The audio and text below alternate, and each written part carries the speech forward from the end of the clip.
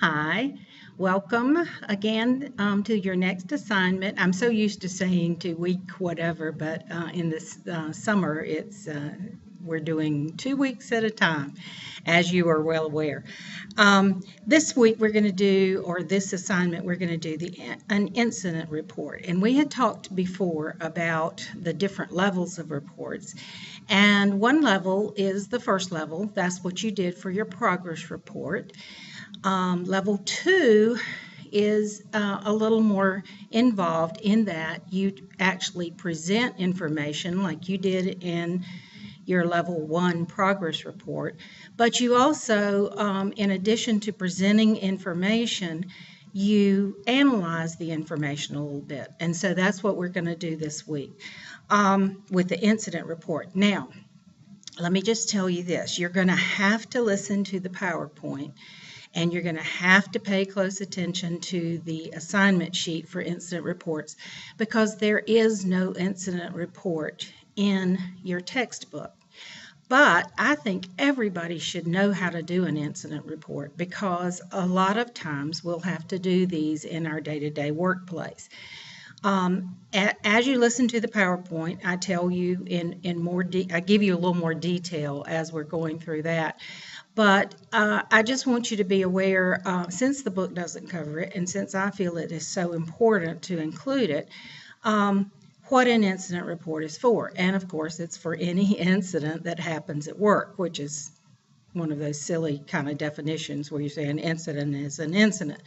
But an incident is anything that occurs that would cause something different or abnormal to happen in a situation. It could be an incident report involving personnel. So there's maybe an accident where somebody falls and gets hurt at work, or it could be an incident involving machinery breakdown or something like that. But it's something that is unusual that you need to report.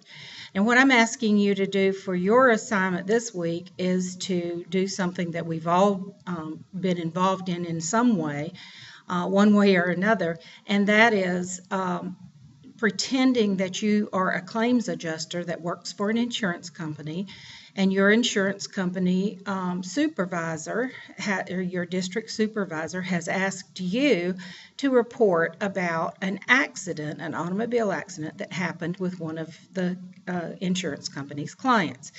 And so I figured that would be easy to make up. I told you on the Moodle page that you'll need to make up your details for this assignment, but it can be any kind of accident, and sometimes accidents involve two cars or more, and sometimes it's just an incident where it's just one car involved and a telephone pole or something like that.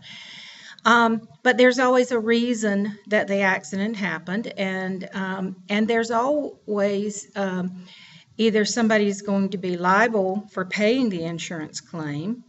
So if it's your client that for the company that you work for that is liable, then your company is going to have to pay for it.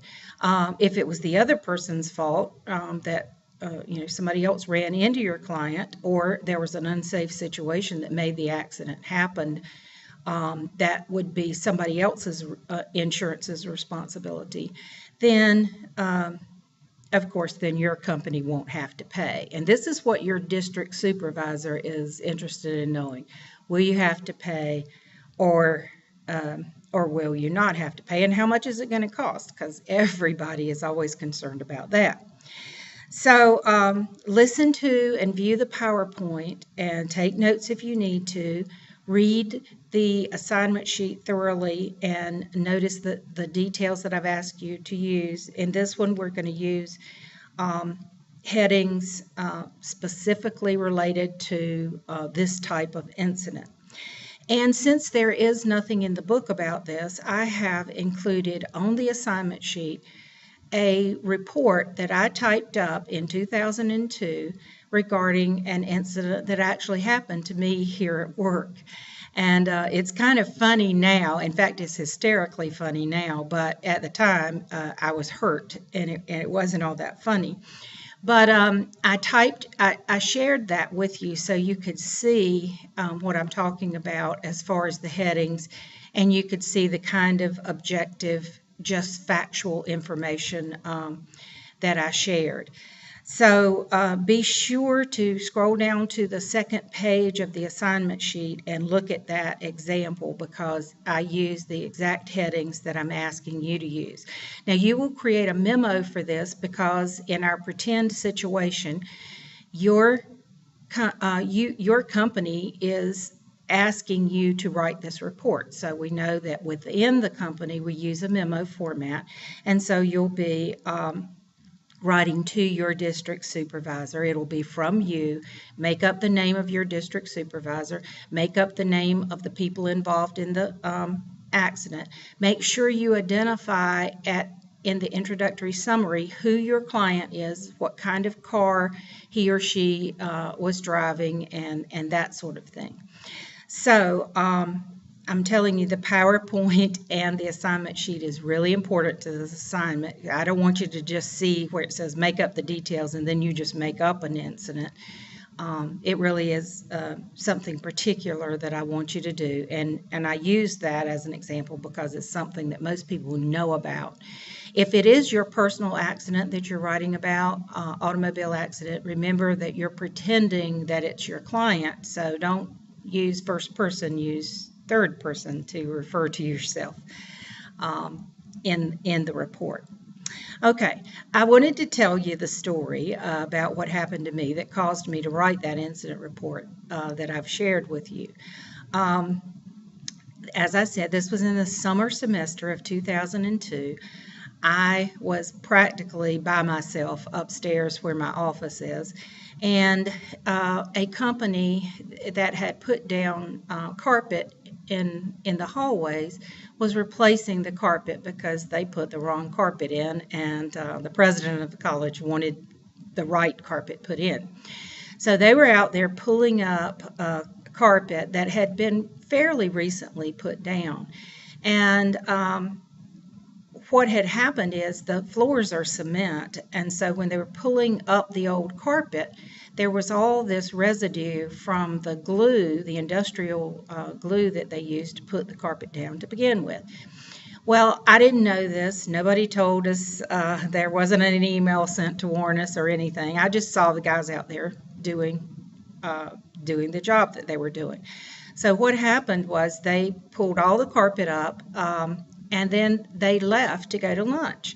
Well, I needed to go downstairs to get something from the department secretary's office, and so I just walked out on the bare hallway, and I could tell that the floor was sticky at that point, but I just, kept walking to the elevator, went downstairs, went in the office down there, came back up. And when I got off the elevator, I guess because some of the residue of the glue had stuck to my shoes before, and when I stepped on the glue again, it formed an even stiffer bond, and it was really hard for me to move. So I was pulling my feet up one by one, picking my feet up and putting them down, and trying to make it back to my office, because I figured, well, they'll come back after lunch and put the new carpet down and I won't have to worry about this anymore.